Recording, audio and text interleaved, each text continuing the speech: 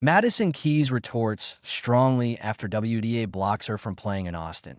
"I'm penalized." Madison Keys has never been one to shy away from speaking her mind, and this time, the American star is making her frustration crystal clear. After once again being ruled ineligible to compete at the ATX Open in Austin due to a WTA ranking rule, the reigning Australian Open champion feels she is being punished for her own success. For the second straight year, a technicality tied to rankings has prevented Keys from playing in her home tournament, a situation she describes as deeply frustrating and unfair. That a celebration that turned complicated last season should have been nothing but celebration for Madison Keys. Winning the Australian Open was a career-defining moment, a triumph she had chased for years. However, what should have been a smooth transition into the rest of her season quickly became complicated. Speaking candidly on the Players Box podcast, which she co-hosts alongside fellow American star Jessica Pegula, Keys explained how everything unfolded. "Last year, I won the Australian Open on Saturday, which is not the sad part of the story," Keys said with a hint of irony. Then the rankings for the Austin tournament were updated, and the deadline was updated the same day. The issue?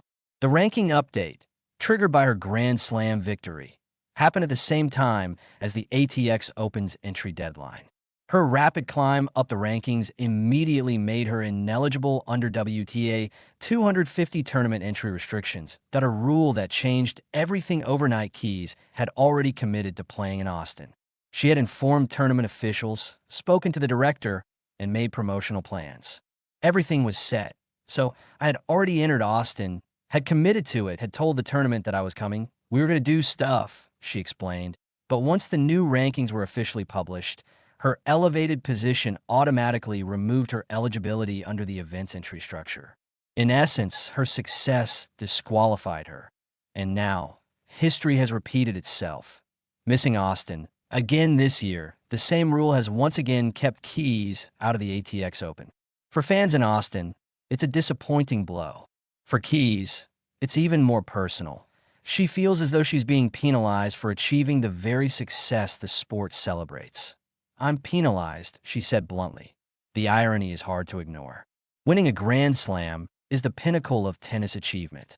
Yet in this case, that very accomplishment has made scheduling smaller tournaments complicated, particularly WTA 250 events, which often have ranking-based entry limits designed to protect opportunities for lower-ranked players.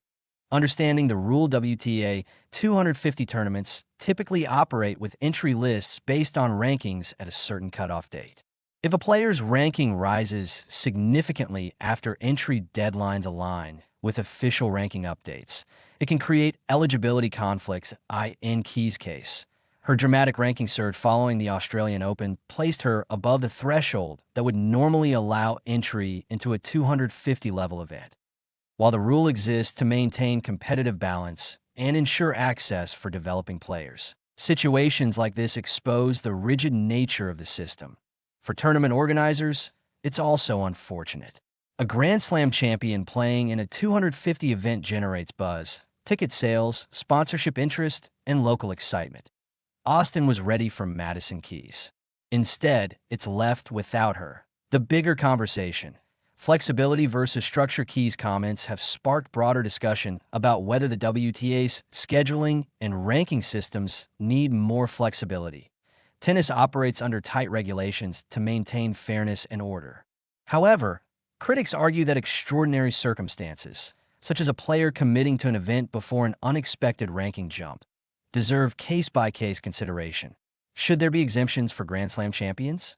Should tournaments be allowed discretionary flexibility in unique situations? Or does maintaining strict structure outweigh individual cases? These are questions now gaining traction within the tennis community. Keys' perspective.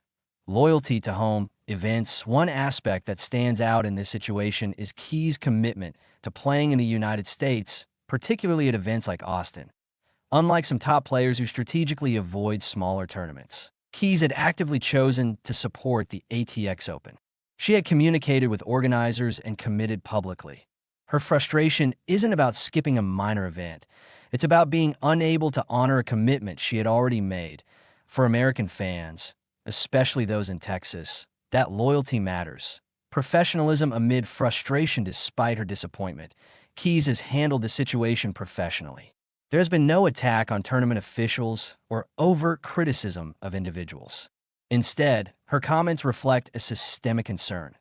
The tone of her remarks suggests she understands the structure, but disagrees with how rigidly it's applied. There's a difference between accepting rules and agreeing with them. And Keys clearly feels there's room for improvement.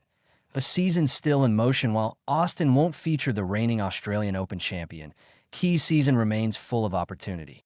As one of the tour's most powerful and experienced players, she continues to be a major threat at every level. Her Grand Slam victory has reinforced her status among the elite, and with that comes new scheduling complexities. Ironically, the very success she worked tirelessly to achieve now changes how she navigates the tour. But if anything, this episode highlights just how much her status has evolved. She's no longer fighting to climb the rankings. She's managing life at the top. The final word, Madison Keys' situation shines a light on the fine balance between fairness and flexibility in professional tennis.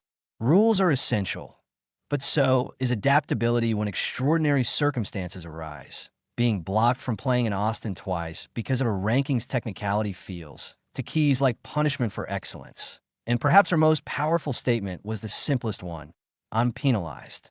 For now, Austin will have to wait. But one thing is certain: Madison Keys' voice has added a meaningful chapter to the ongoing conversation about how the WTA structures its tour. And in tennis, as in life, success sometimes comes with unexpected complications.